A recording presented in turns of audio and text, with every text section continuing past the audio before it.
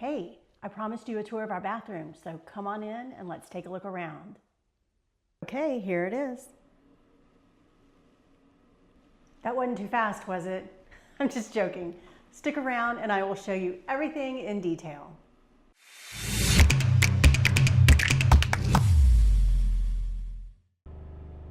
Okay, let's start here with the vanities. Again, we needed at least one, that one, to be wheelchair accessible for my husband, Matt. And I don't know if you've ever seen ready-made wheelchair accessible vanities, but let me tell you something, they are not pretty. So I ended up making these that just look like tables. I kind of wanted it to look like something that we found at an antique store or something like that. I don't know if I succeeded in that, but I do think that they're pretty. They are made of walnut, and I just purchased the legs and then built the table. On top, we have quartz countertops and matte white sinks, which I love. I love that they are not shiny, that they are matte white. The walls, hey there. Okay, the walls are, let's see, oh goodness, I forgot the name. Oh, Modern Masters. So the walls are Modern Masters Venetian plaster that I did myself in a custom color that I mixed. And then I bought these cute little mirrors to go above. The little backsplash and the accent tile is just a clear glass. Let me get up close so you can see that. It's just a clear glass penny tile.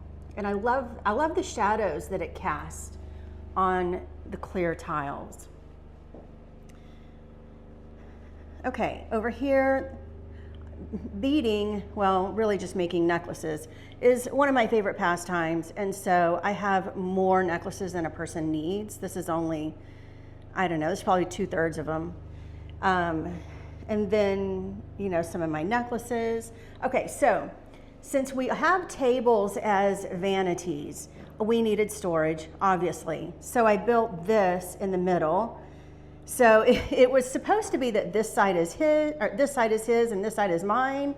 What ended up happening is that this side is mine, and that is mine, and that is mine, and those are his. But it's fine because, again, he can reach low. I mean, I guess I can too. I'm only 5 feet tall, but it works for us. He doesn't have as much stuff as I have. And I made this with full extension drawer pulls. So I hope there was nothing embarrassing in there. If there was, overlook it. Anyway, on the walls, I did a wainscoting. I just love wainscoting, and so I thought that this bathroom would be a perfect place for it. Did crown molding. Here's my window. I do this same trim all throughout our house. It's so easy, no miter cuts necessary, and it looks like $1 million, I think. You may have a different opinion, and that's fine. And then there's the door. That's a pocket door that will go to our bedroom when the bedroom is finished, which it hasn't even been started yet, so it'll be a while. And then in here is the water closet, toilet, things that are not so pretty back there, fire extinguisher and such. Anyway, I built this cabinet. So these were just regular French doors that were on our pantry, and I decided to take them off of our pantry, and so I had extra French doors. So I turned it into this cabinet, which is probably one of my favorite things I've ever built. And then in here I also have this gallery wall of butterflies and moths because I love butterflies. Little fake plant down there. Obviously a plant's not gonna grow in here. There's no sunlight. And then the floor is just a mosaic. It's actually porcelain, but I guess it looks kind of like marble. Hopefully that was the goal. And then the floor in here is the matching, but in the larger 12 by 24. Okay, and then here's my favorite wall of the whole room. This mural was the basis of the whole room. The colors and all the selections and everything. I just love it. It's looking a little darker on my phone than it is in real life. So I don't know. You'll just have to imagine that it's just a slight bit lighter. But here's some details of it that I just love. I love those big leaves right there. In fact, I actually installed this mural twice, meaning I bought the mural, I installed it, I wasn't pleased with it, and so I bought the same mural and installed it again.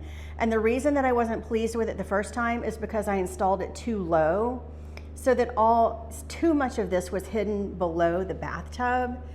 And I thought, well, that's just not gonna do, because these little birds right here, which I love, you can look up close at the birds. I love that it looks like that bird is admiring my faucet. It's just a quirky little thing that I like. Anyway, so the first time that I installed it, it was too low. I thought that's just not gonna do. So I reinstalled it. Anyway, this bathtub, I love it, but I'm gonna tell you, I ordered the large one. I think it came in I think this is a 6 foot, and I think it came in a 5 foot also. I wish that I had ordered the smaller one, honestly. I fill this thing and I feel like I'm in a swimming pool. It's too big.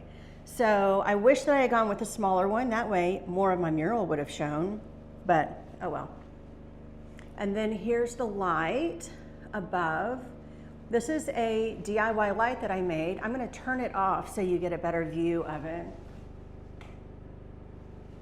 So this is a light that I made because I wanted a bubble light above my tub. I couldn't find one that I liked, and so I made this one out of Christmas ornaments.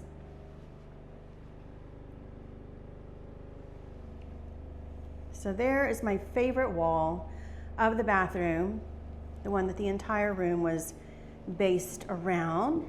And then here is our shower. So again, since my husband is in a wheelchair, it was imperative that we have a curbless shower. So this part of the floor here is level, or it should be. We actually have a low spot here, but it's level, and then it slopes down towards the linear drains there. And because it is so big, I decided to hang a shower curtain so that when I'm taking a shower, I can stay warm. I like to take really warm showers. Okay, really hot showers. So I didn't like just being in a big open shower with no door, but of course we kept a door off. You'll notice our shower does not have a door on it. Our water closet does not have a door on it. And that is because doors for wheelchair users are just a pain to have to deal with. So I didn't want him to have to deal with doors or anything like that. And here is a look inside. It is a big shower. I made this little wood shelf to go there just to give some warmth. Sorry if it's too loud in here. We're having a problem with our little vent, our vent right there. That thing, when it's on, it is loud, and I don't know why. I don't know if we need to have it replaced or what, but anyway. So I made that little wood shelf to go with the wood stool. And then here's that wall with the faucet control there. And then here is, again, that wall. Okay, so that about wraps it up. I will say that right now we have this exterior door in the bathroom, which I know it's awkward, but we do plan eventually to add on to the back of our house. And so this door will actually eventually be an interior door that will lead to our home gym. And then that home gym will also be available as a guest room. For now it'll be weird because it'll be accessible from our bedroom and our bathroom, but we want to make our house for us, not for anybody else. So I will give y'all one more look around.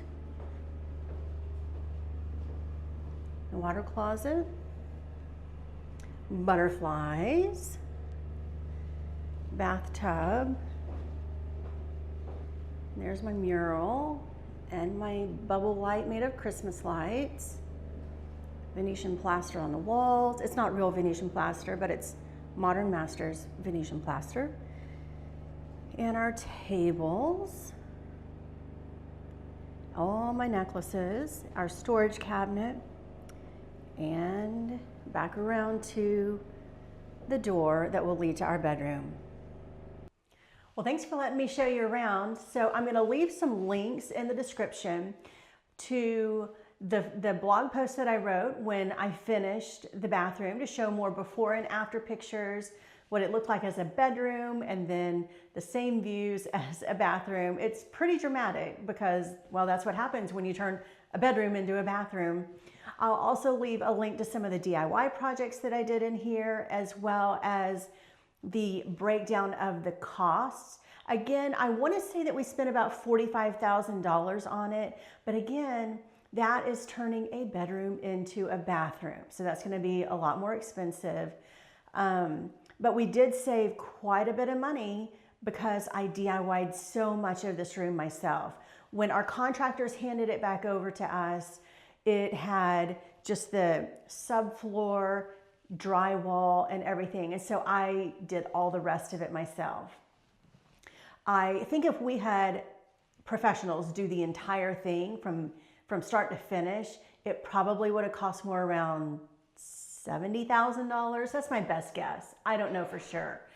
So $45,000 is a lot of money, but it's also quite a savings over what it would have cost had I not DIY'd so much of it myself.